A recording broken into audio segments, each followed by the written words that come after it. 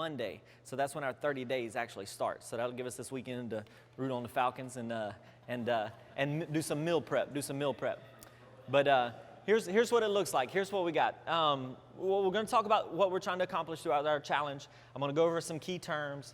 We're going to talk about how food turns into blood sugar, what that blood sugar is used for as far as energy-wise. If we get too much of it, what ends up happening with that, and bad cycles that end up happening with that. And then we're going to talk about how to manage it throughout the day, especially based on when you work out. So that's what it looks like. Here's kind of the gist of it. The goals of our challenge, here's what we're accomplishing. We're working towards reducing systemic inflammation, metabolizing body fat as a fuel source, and then building muscle. Systemic inflammation, when something is inflamed, it's irritated, it's aggravated, it's puffy. Like if you have a cut on your skin, the same way, the skin gets irritated. Skin, that's a system. You have internal systems. You have a muscular system, a skeletal system, a digestive system. If your systems are inflamed, then that's the same thing that's going on inside of your body, especially like muscular system.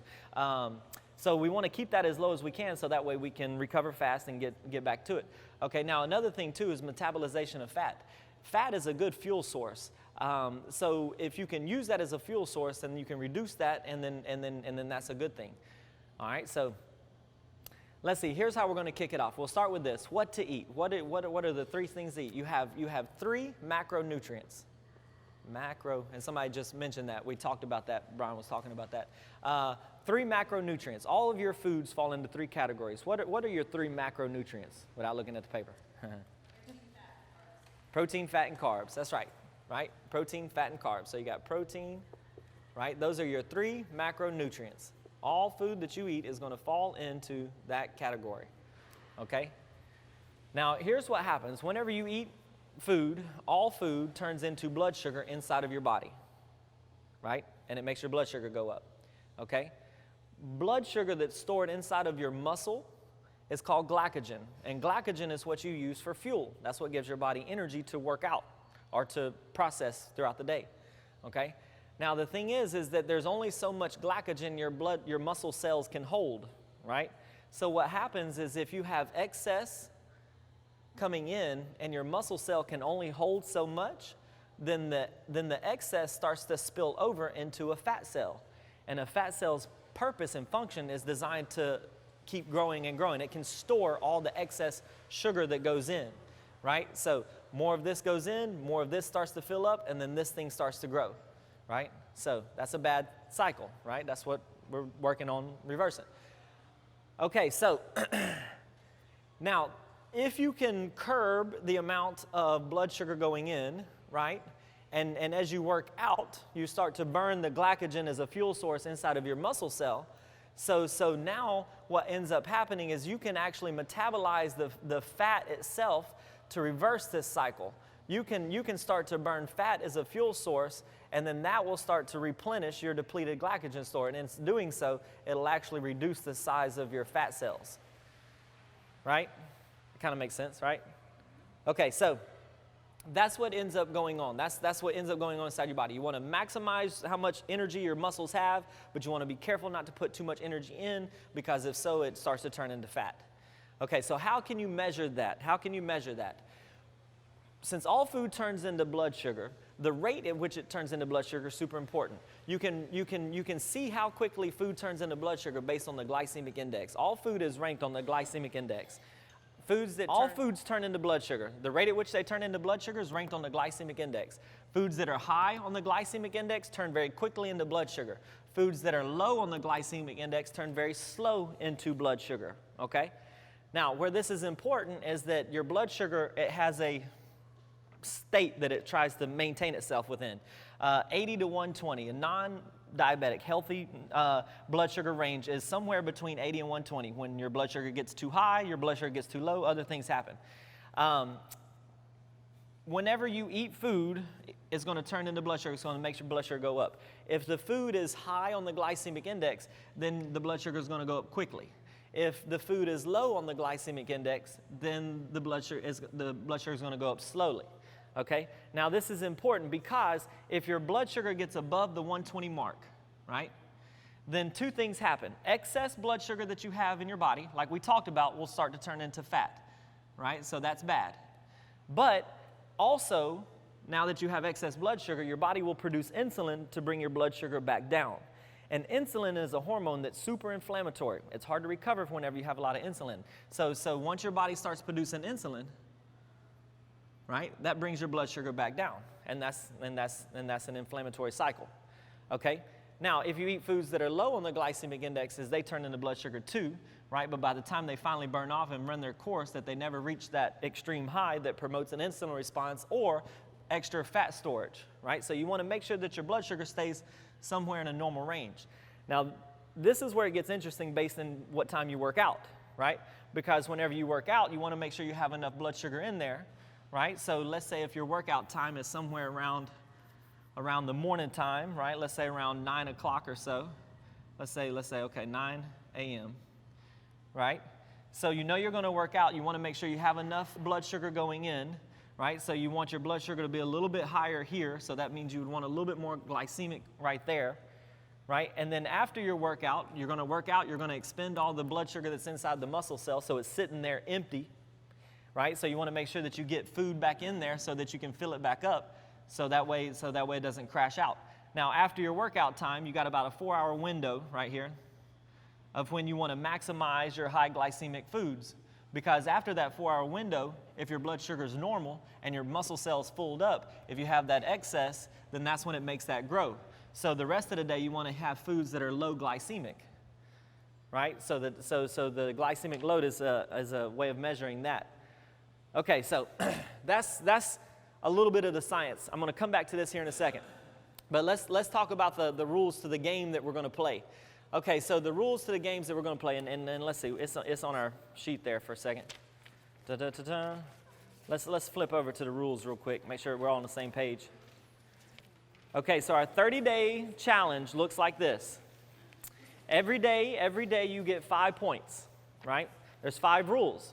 If you break one of the rules, then you lose one of the points, right? So rule number 1, no grains, right? No grains. Now this will be a challenge for a lot of us. I eat oatmeal 11 months out of the year, right? But for this challenge, I'm pulling out the grains, so I'm switching to an alternative carbohydrate, right? So no grains. And somebody asked earlier, legumes. Legumes, we're classifying that as a grain, right? That still promotes that inflammatory insulin response that we're trying to stay away from. Okay, now also, no alcohol, right? No alcohol for 30 days. Super important on this one because very inflammatory alcohol also jacks with the blood sugar as well, and it's just hard to perform the next day as well with that as well. Okay, so now no sugar. Okay, now this is real or artificial sugar, and there's a lot of things on this list that would be a no-go because we're trying to manage our blood sugar, so we don't want to put in blood sugar, right? Now, stevia is permissible, right? So if you're looking at the back of things and you recognize, what alternative sugar sources there are, stevia doesn't affect your blood sugar the same that other ones do. So stevia is permissible on this list. Okay, now number four, no dairy, and that's cheeses and milks. There's a few exceptions to this. If you have a whey protein shake after your workout, that will pass because we want to make sure we're trying to build muscle.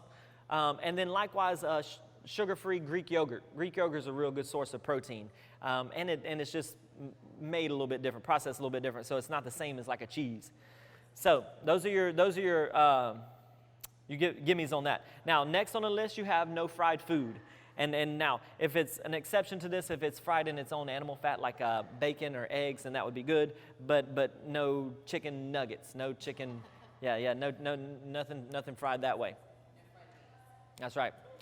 Okay, so those are your 5 rules, right? Break one of the rules, you lose a point. Okay, now there's some bonus points to be had on this. Okay, here are your bonus points. You can earn a point if on your workout days, you have a recovery protein shake after your workout. That's super important. Who all in here does a protein shake after their workout? Just raise hands. Hey, that's pretty good, man. Okay, good. Yep. All right. So if you work out that day and you have a protein shake, then you get an extra point. So you would have 6 points for that day. Now, also your post-workout meal is super important. If you have a post-workout meal that has carbohydrates and protein, 1 hour after your workout, then you get another point, right? So if you work out that day and you did real good, then you'd have 7 points. If you lost the point for the Super Bowl, right, and but you ended up working out, and that's on a Sunday, well, you might end up you losing some points on that day. But that's just kind of how the game is played, and we're going to do our best efforts to get it done. Okay, so that's the rules to the game. Any questions on the rules to the game? No? Okay, good. Now let's go into what you can eat. Yes, ma'am. Cinnamon is good. Lower your blood sugar. Yep. Cinnamon is a great spice. Yeah, no doubt. Okay, so now. No bars. Well, look at the back of them. Well, Quest bars has sugar in it, so I'm gonna have to set them on the shelf for a moment. Yep, got to set it on the shelf. Although I love them. How about can't remember. We'll have to look. I mean, I think